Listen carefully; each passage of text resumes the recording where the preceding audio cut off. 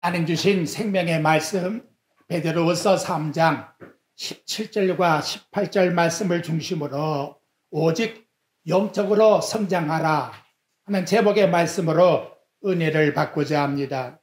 금주는 독일의 종교개혁자 마틴 루터가 1517년 10월 31일 종교개혁을 한 지 517도를 맞이하는 주간입니다.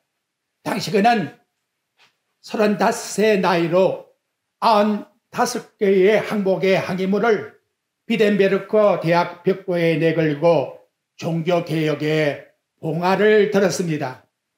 그 종교개혁의 강령이 뭐냐? 오직 믿음, 오직 은혜, 오직 성경, 오직 그리스도, 오직 하나님께 영광이었습니다.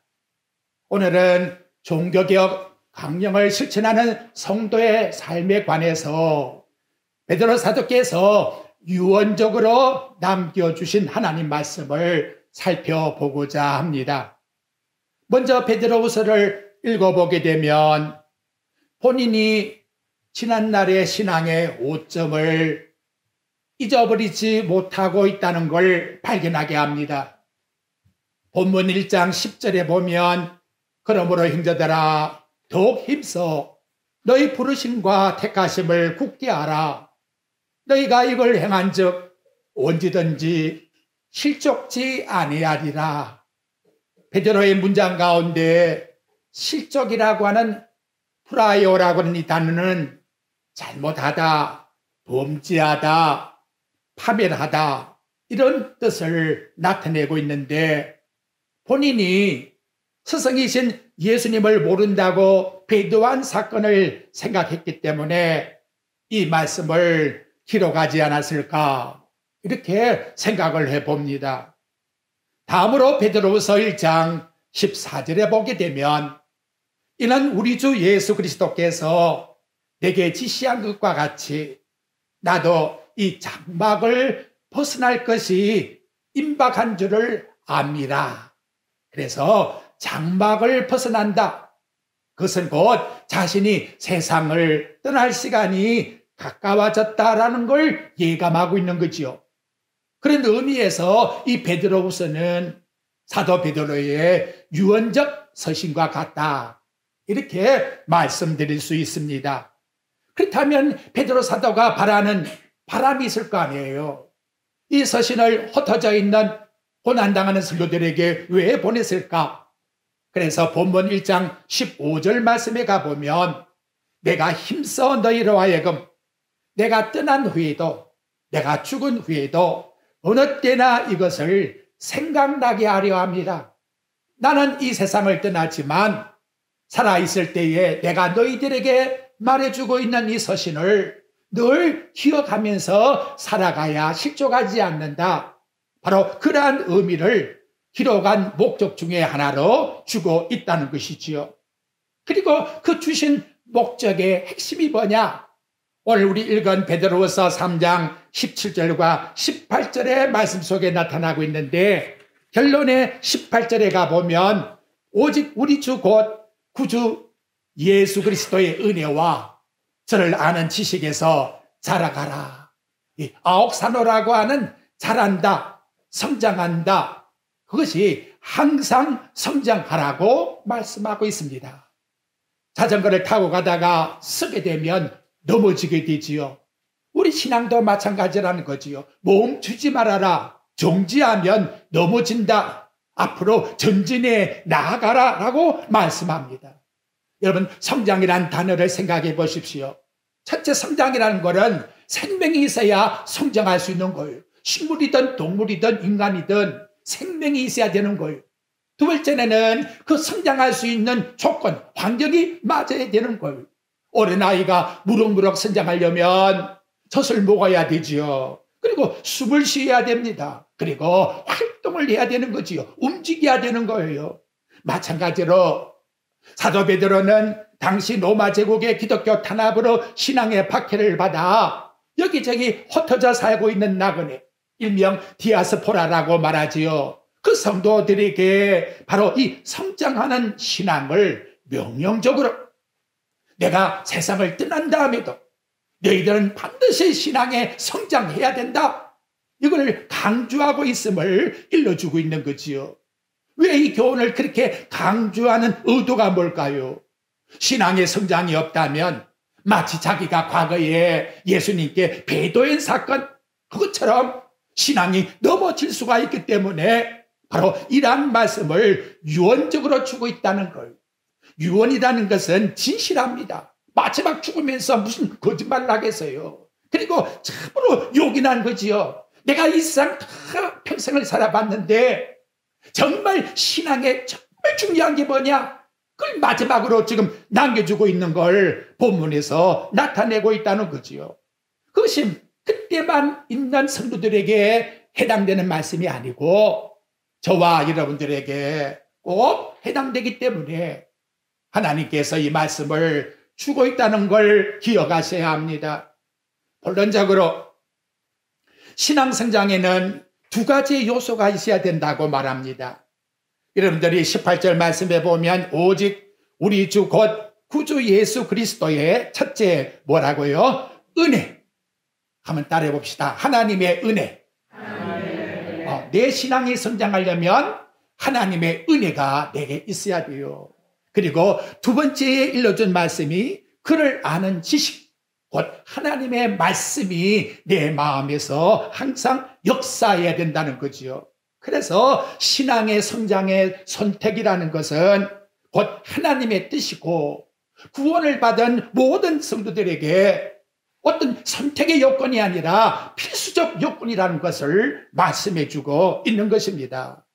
첫째 필수의 요건이 뭐냐? 하나님의 은혜. 그렇다면 저와 여러분들에게 신앙의 성장을 요구하겠지요. 항상 바라고 있습니다. 저도 바라고 있습니다. 그런데 거기에 가장 중요한 건 뭐냐? 하나님이 바로 신앙을 성장할 수 있게끔 은혜를 부어주셔야, 은혜를 주셔야 은혜 받은 자가 성장할 수가 있다는 걸 말씀해 주십니다.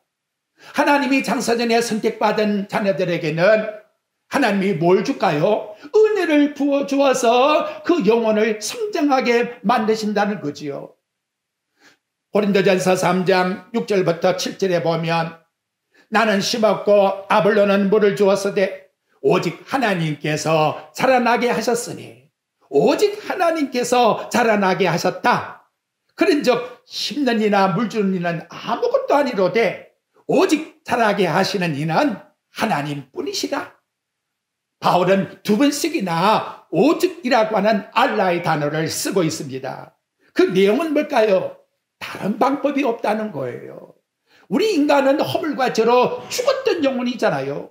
죽은 영혼이 어떻게 스스로 살아나서 자생하여 성장할 수가 있겠는가라는 거예요.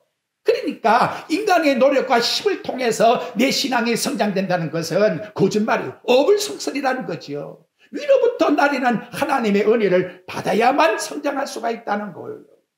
그것은 구약시대 때의 성도들도 동일했습니다.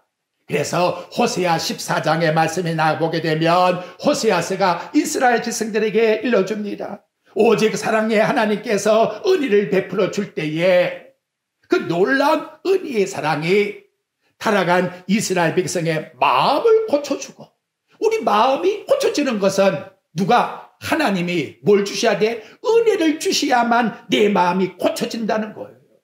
그리고 내 마음은 아름다운 백합화와 같이 피어나게 될 것이고 백향꽃 같이 깊이 뿌리를 받게 될 것이고 그 향기가 온 세상에 퍼지듯 바로 하나님의 영광의 향기가 퍼져나가게 된다는 것을 호세아가 일러줬다면 오늘 저와 여러분들에게도 신앙의 능력의 원천이 뭐지요? 내가 할 수 있다? 그 자체가 거짓말이에요. 인간의 힘으로 하겠다는 것이 벌써 마귀의 꼬임에 넘어간 거예요. 마치 광야에 인간이 살 수 없는 그 환경에서 이스라엘 백성이 살아남은 것은 매일같이 나리는 하나님의 뭐가 있었어요? 양식인 만나가 있었다는 거지요. 오늘 저와 여러분에게도 이 자리에 앉아 있다는 것은 저와 여러분이 뭘 받았다고요? 하나님께로부터 은혜를 받았기 때문에 여기에 나와서 하나님께 경배드린다라고 하는 마음을 가지셔야 돼요. 이것이 곧 하나님이 역사하시는 은이라는 것이지요. 베드로의 그 배도 사건을 여러분 한번 생각해 보십시오. 그가 생각할 때에 예수님께 뭐라고 말씀합니까? 다른 사람은 다 부인한다 할지라도 나는 자기는 힘을 가지고, 그래서 마지막 뭐까지 가지고 있었다? 칼 가지고 있잖아요. 자기 힘으로서 한번 이겨보겠다고. 여러분, 이 자체가 얼마나 어리석으냐 이 말이에요. 그래서 결과에 가서는 예수님을 한 번도 아니고 세 번씩이나 맹세하면서 부인해버렸다는 거지요. 이제 저와 여러분의 구원 사건을 한번 생각해 보십시오. 하나님의 은이라는 것은 사랑을 받을 자격이 없는 이 세상 죄인들에게 우리 인간의 행실을 본 것이 아니라 죄인 되었을 때에 하나님은 당신의 독생자를 이 땅에 보내주셔서 대속제물이 되게 하시고 그 속죄의 은총으로 값없이 저와 여러분을 구원시킨 하나님 자녀로 만들어 주셨다는 거지요. 바로 에베소 2장 8절의 말씀, 너희가 그 은혜로 인하여 믿음으로 말미암아 구원을 얻었나니 이것이 너희에게서 난 것이 아니요 하나님의 선물이라. 하나님의 뭐라고요? 선물이라는 거지요. 인간의 행위에서 난 것이 아니니 누구든지 자랑하지 못하게 함이라고 말씀하고 있습니다. 지금부터 507년 전에 마틴 루터가 종교개혁을 한 이유가 뭐냐? 당시 로마의 교회가 인간의 돈을 가지고 구원을 논했다는 거지요. 그래서 인간의 영혼이 연옥에 가 있다면 이 땅에 있는 그 친척이나 형제가 돈을 갖다가 너 속죄할 수 있는 방법이 있으니까 돈만 가지고 오너라. 이거 얼마나 어리석은 짓입니까? 바로 이러한 모습을 드러내니까 이런 궤변 앞에서 홀로 나아가 외친 것이 바로 우리가 개신교로 나온 종교개혁의 삶이라는 것을 말씀으로 일러주고 있다는 것이지요. 그래서 이 땅에 구원받을 은총은 오직 예수 그리스도의 십자가의 보혈 외에는 없다는 것을, 만약 그걸 다른 종교도 구원이 있다고 논한다면 하나님을 얼마나 모독하냐 이 말이지요. 이제 여러분, 구원은 끝난 것이 아니고 이렇게 은혜를 베풀어 주신 하나님께서 저와 여러분들에게 그 은혜가 지속적으로 성장시켜 주신다는 거예요. 그래서 디도서 2장 11절부터 13절에 보면 모든 사람에게 구원을 주시는 하나님의 은혜가 나타나 우리를 양육하시되, 이거 봐요. 하나님의 은혜가 저와 여러분을 어떻게 한다? 양육, 성장하게 하신다는 거예요.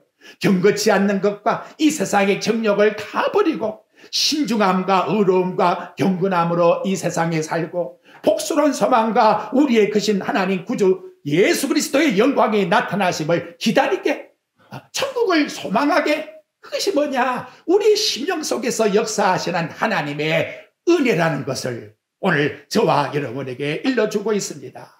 이제 저와 여러분, 바울은 이걸 어떻게 고백했습니까? 고린도전서 15장 10절에 말씀합니다. 오직 나의 나된 것은 하나님의 은혜라. 과거의 삶을 돌이켜보면 하나님의 은혜 가운데 살아온 것이요, 지금 돌이켜보면 하나님의 은혜 속에서 살고 있는 것이요, 앞으로 돌아보면 하나님의 은혜가 나를 이끌어 나가기 때문에 나의 삶을 두고 보면 과거나 현재나 미래나 모든 삶에 나는 자랑할 것이 아무것도 없다. 왜? 과거에 자기 자신이 죄인이었다는 사실을 아니까 은혜 받은 사람은 겸손해진다는 거지요.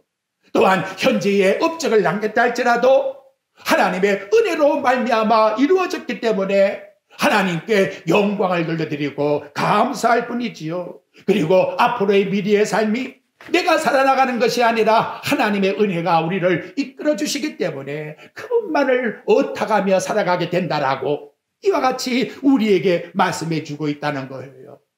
사랑하는 성도 여러분, 우리 신앙의 성장은 누구를 막론하고 하나님이 나에게 은혜를 주셨다고 하는 충격이, 깨달음이 나타나야 돼요. 이게 정말로 중요한 내용입니다.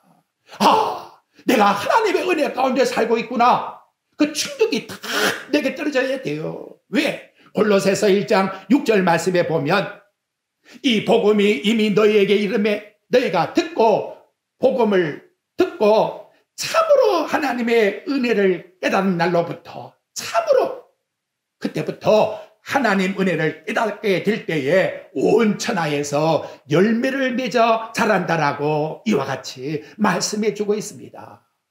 은혜가 내 마음속에 일어났다는 것은 하나님 말씀을 지금도 그렇구나. 하나님이 지금까지 나를 인도해 주셨고 내가 은혜 가운데 살고 있구나. 그냥 스쳐가는 소리가 아니라 내게 충격으로 와 닿을 때에 변화의 삶이 목적도 그 방법도 그리고 향하는 목표도 바뀌어진다는 걸 우리에게 말씀해 주고 있는 것입니다. 신앙의 영수는 여러분, 성장이라는 것은 목사가 되었으니까 또 신앙생활을 많이 했으니까 자동적으로 성장할 것이야. 전혀 그렇게 말씀하지 않습니다. 나는 주일날만 되면 교회 가서 신앙생활 하는데 그러니까 내 신앙은 성장된 거야. 전혀 그렇게 성경은 말씀하지 않습니다. 이유가 뭐냐? 예수님의 제자들을 보십시오. 3년 동안 예수님을 따라다니면서 기적과 이적을 보았고 자기도 행하지 않았습니까? 얼마나 많은 말씀을 들었습니까? 그런데 왜 다 배도해 버리냐 이 말이지요. 이유는 하나님 은혜가 나를 살게 해주고 나고 하는 충격이. 그래서 마지막 베드로가 예수님께 말씀하잖아요. 마음속에 근심하면서 내가 주님을 사랑하는 줄 주님이 아시나이다. 이 충격이 우리에게 와 닿아야 된다는 거지요. 그리고 은혜를 받게 되면 그 삶의 변화가 뭐냐? 그 은혜 받은 자의 신앙의 반응이 골로새 3장 16절과 17절에 나타나고 있습니다. 그리스도의 말씀이 너희 속에 풍성히 거하며 모든 지혜로 피차 가르치며 권면하고 시와 찬송과 신령한 노래를 부르며 감사하는 마음으로 하나님을 찬양하고 무엇을 하든지 말이나 일이나 다 주 예수 이름으로 하고 그를 힘입어 하나님께 감사하라. 세 가지를 말씀해요. 주신 은혜의 첫째 뭐하라? 감사하라. 두 번째, 지금 살고 있는 모든 삶이 하나님의 은혜라는 걸 고백해라. 그렇다면 우리는 당연히 하나님께 나와 그 하나님께 찬미의 예비를 드려야지요. 하나님의 은혜라는 사실을 아는 자라면 어떻게 예배를 드리지 아니할 수가 있겠나 이 말이지요. 그리고 하나님의 은혜를 안다면 기다려야지요. 오실 우리 주님의 소망을 기다리며 또한 우리에게 주실 그 은혜를 기다리며 하루하루를 감사함으로 과거와 현재와 미래를 입체적으로 바로 하나님이 나와 동행하고 있다는 사실, 임마누엘 주님과 함께 동행하고 있다는 이 놀라운 능력의 역사를 삶 속에서 펼쳐나가는 것이 은혜 받은 자의 삶이라는 것을 우리에게 말씀해 주고 있습니다. 다음 두 번째, 저를 아는 지식에서 자라가라. 저를 아는 지식이라고 말씀하고 있습니다. 성장은 예수를 깊이 생각할 때에 성장하는 거예요. 이건 여러분 하나님이 신앙 성장에 명하신 법칙입니다. 법칙. 베드로후서 1장 2절에 보면 하나님과 우리 주 예수 그리스도를 알므로 은혜와 평강이 너희에게 넘칠지어다. 오늘도 여러분이 예배드리면서 기쁨으로 돌아가게 되는 것은 내가 말씀을 통해서 예수 그리스도가 그렇게 좋은 분이구나 알므로 그 성경 말씀이 내 심령 속에 깊이 들어와서 내 속에 역사할 때에 우리는 허련히 기쁨으로 돌아갈 수가 있게 되는 것이지요. 우리 주 예수 그리스도를 안다는 말씀이 왜 이렇게 중요하냐? 그래서 그 다음 베드로후서 1장 8절에 보면 이런 것이 너희에게 있어 흡족한 적 너희로 우리 주 예수 그리스도를 알기에 게으르지 않고 열매 없는 자가 되지 않게 하려니와. 그러니까 예수 그리스도를 알아 계속 지속적인 성장이 이루어지는 그 삶, 게으른 삶이 아니야. 하나님 성장한 우리를 이따끔씩 이렇게 하는 게 아니야. 우리의 숨을 쉬듯이 지속적으로 우리에게 은혜를 주시는 거야. 게으름 피우지 마. 이렇게 지금 우리에게 요구하고 있다는 거지요. 그걸 다른 말로 뭐라고 표현합니까? 로마서 12장의 말씀에 보면 열심을 품고 주를 섬기라. 하나님은 예수 그리스도가 누구이시 그분에 대한 것을 아는 데에 열심을 품으라고 우리에게 말씀으로 일러주고 있는 것입니다. 여러분, 예수님께서 십자가를 지러 올라가실 때에 예수님의 그 행동을 복음서에 기록을 해놓았어요. 누가복음 9장 51절에 보면 예수께서 성천하실 기약이 참에 예루살렘을 향하여 올라가기로 굳게 결심하고 굳게 결심했다.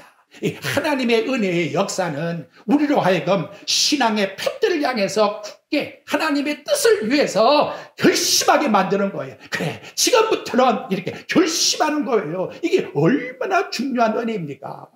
마가복음 10장 32절에 보면 예루살렘으로 올라가는 길에 예수께서 그들 앞에 서서 가시는데 그들이 놀라고 따르는 자들이 두려워하였다고 말씀합니다.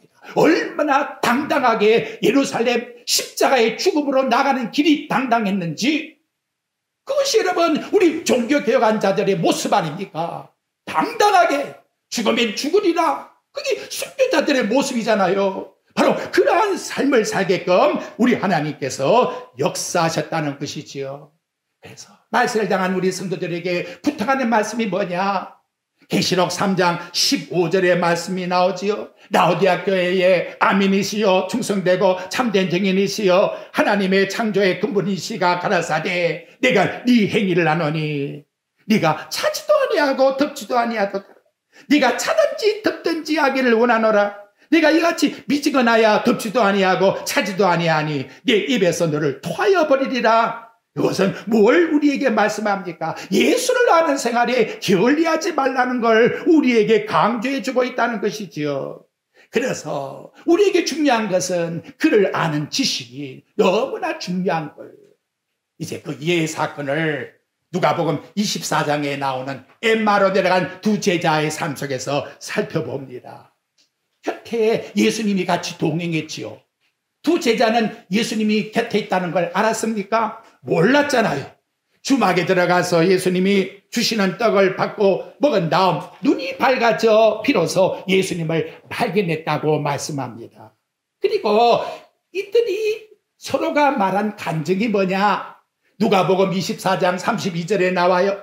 그들이 서로 말하되 길에서 우리에게 말씀하시고 우리에게 성경을 풀어주실 때에, 하나님 말씀을 이렇게 풀어주실 때에 우리 마음이 뜨겁지 아니하느냐? 뜨거웠다는 거지요. 하나님 말씀을 풀어줄 때에 그 마음속에 왜 뜨거워졌습니까? 바로 예수 그리스도가 누구신지를 말씀 속에서 발견했다 그 말이에요. 발견했다 그 말이에요. 바울은 고린도전서 2장 13절에 말씀합니다. 우리가 세상의 영을 받지 아니하고 오직 하나님께로부터 온 영을 받았으니 이는 우리로 하여금 하나님께서 우리에게 은혜로 주신 것들을 알게 하려 함이라.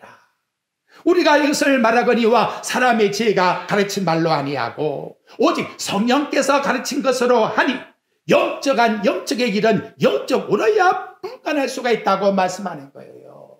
여러분, 이 세상의 신앙의 성장이라는 것은 인간의 교훈이나 인간의 체험이나 인간의 무슨 사건을 통해서 일어나는 것이 아니에요. 만약 그렇다면 성경을 왜 주었겠어요? 왜 예수님을 이 세상에 보냈겠습니까? 예수님이 요한복음 5장 39절에 말씀하잖아요. 내가 성경에서 영생을 언제 생각하고 성경을 상고하거니와 그 성경이, 구약 성경이 나를 가르칩니다. 이렇게 말씀하고 있는 거지요. 성경을 보아도 성경 속에 예수 그리스도를 발견하지 못하게 되면 아는 게 아니에요. 신앙 성장이 일어날 수가 없다는 것이지요.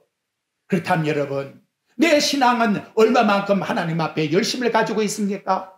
그 객관적인 내용은 성경 말씀과 내가 얼마나 거리를 두고 있는가를 생각하면 되는 거예요. 오늘도 여러분 주일이니까 나오자고 먼지가 덮인 성경 툭툭 털고 나왔다 하면 얼마나 내 심령이 모려져 있나 말이지요. 여러분, 세상이란 그렇게 분주하며 돈 버는 일은 그렇게 분주하는데 왜 성경 말씀에 대해서는 그렇게 왜 관심을 두려고 하지 않습니까? 그러고는 내 은혜가 떨어진다고. 하나님 앞에 성장은 성경 말씀이 내게 있어야 우리에게 신앙은 성장된다는 것을 말씀해 주고 있고, 그것은 내 신앙의 바로 온도와 같은 것이고 또 척도와 같다는 걸 일러주고 있는 거예요. 베드로 사도가 베나산에서 얼마나 놀라운 체험을 했습니까? 예수님이 본래의 모습으로 하나님 모습으로 바뀌는 걸 보지 않았어요. 그래서 베드로후서 1장 16절에 보면 우리는 그의 크신 위엄을 친히 본 자라 이렇게 말씀하고 있습니다. 그런데 이 놀라운 신앙의 체험을 우리가 친히 예수님 영광을 보았다 할지라도 그것이 나를 신앙 성장으로 이루어주는 것이 아니라고 말씀합니다. 그래서 그 다음 19절에 가보게 되면 우리에게 더 확실한 예언이 있어. 더 확실한 예언을 주었다.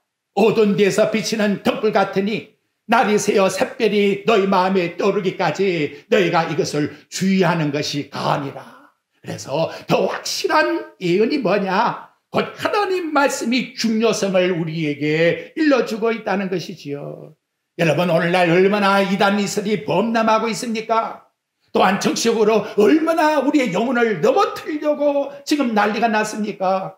바로 이러한 시대 속에서 우리에게 정말로 중요한 것은 예수 그리스도의 진리, 오직 길이요 진리요 생명이신 그분을 붙잡지 않고서는 저와 여러분 누구도 승리할 수가 없는 거예요. 그것은 곧 성경 속에서 그리스도를 붙잡고 매일같이 내 영혼의 양식으로 살아가는 자만이 살아남을 수가 있다는 것이지요. 근데 이것이 결론이 뭐냐? 오늘 베드로후서 3장 18절 말씀 하반절에 말씀하지요. 영광이 이제와 영원한 날까지 그에게 있을지어다. 공동번역에 보면 이제와 또 영원토록 그분께서 영광 받으시기를 빕니다. 아멘. 참 좋은 번역이에요. 하나님의 영광은 곧 누구시다? 하나님이시라는 것이지요.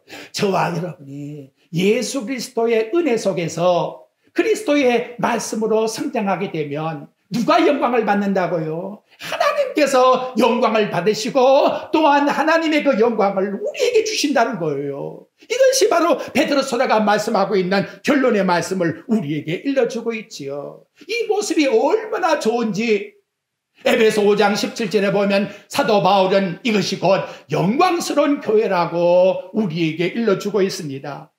빌립보 3장 21절에 보면 우리의 낮은 몸을 자기 영광의 몸의 형체와 같이 병케 해주시겠다고.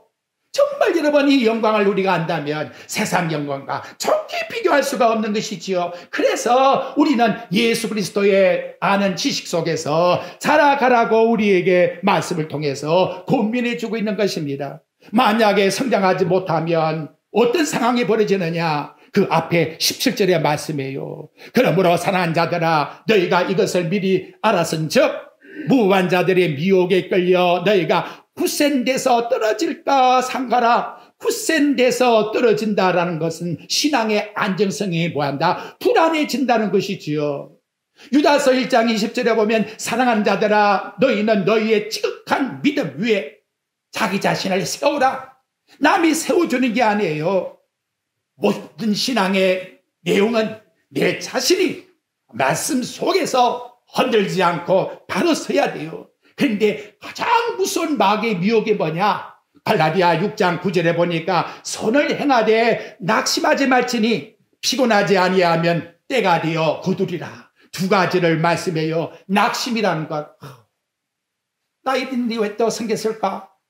내가 신앙을, 그래도 내가 목사인데 수십 년 동안 예수 믿었는데 도대체 왜 이런 것이 생겨가지고 머리 아프게 만들어 스스로 자기를 포기하게 만드는 낙심을 마귀가 준다는 거지요.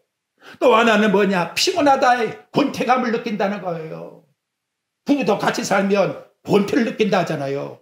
오랫동안 그냥 그 반복되는 내용만 자꾸 하는 것처럼 여겨지니까 새로운 하나님의 은혜가 공급되지 아니하니까 권태감이 나오는 거지요. 그래서 이사야를 통해서 주신 말씀이 뭐냐? 너는 알지 못했느냐? 듣지 못했느냐? 영원하신 하나님 여호와 땅끝까지 창조하시는 피곤하지 않으시며 곤비하지 아니하시며 며칠이 한이 없으시며 피곤한 자에게 능력을 주시고 무능한 자에게 힘을 더하시나니 소년이라도 피곤하며 곤비하며 장정이라도 넘어지며 쓰러지되 오직 여호와를 앙망하는 자는 독수리가 태양을 바라볼 수 있는 유일한 날짐승이라 하잖아요.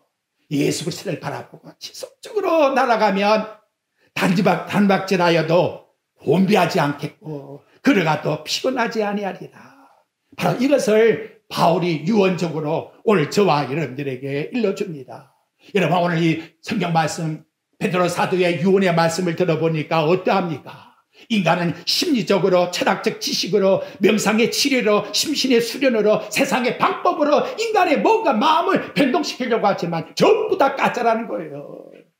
그렇게 우리 영혼이 변화될 수가 없다는 거지요. 오직 하나님의 은혜로 예수 그리스도의 십자가를 붙잡고 나갈 때만이 우리의 심령이 변화되는 것입니다. 그래서 개변하는 세상에서 우리 성도들이 오직 하나님의 은혜와 그리스도의 말씀을 통하여 늘 성장하는 아름답고 보배로운 믿음의 삶이 되시기를 주님의 이름으로 축복드립니다.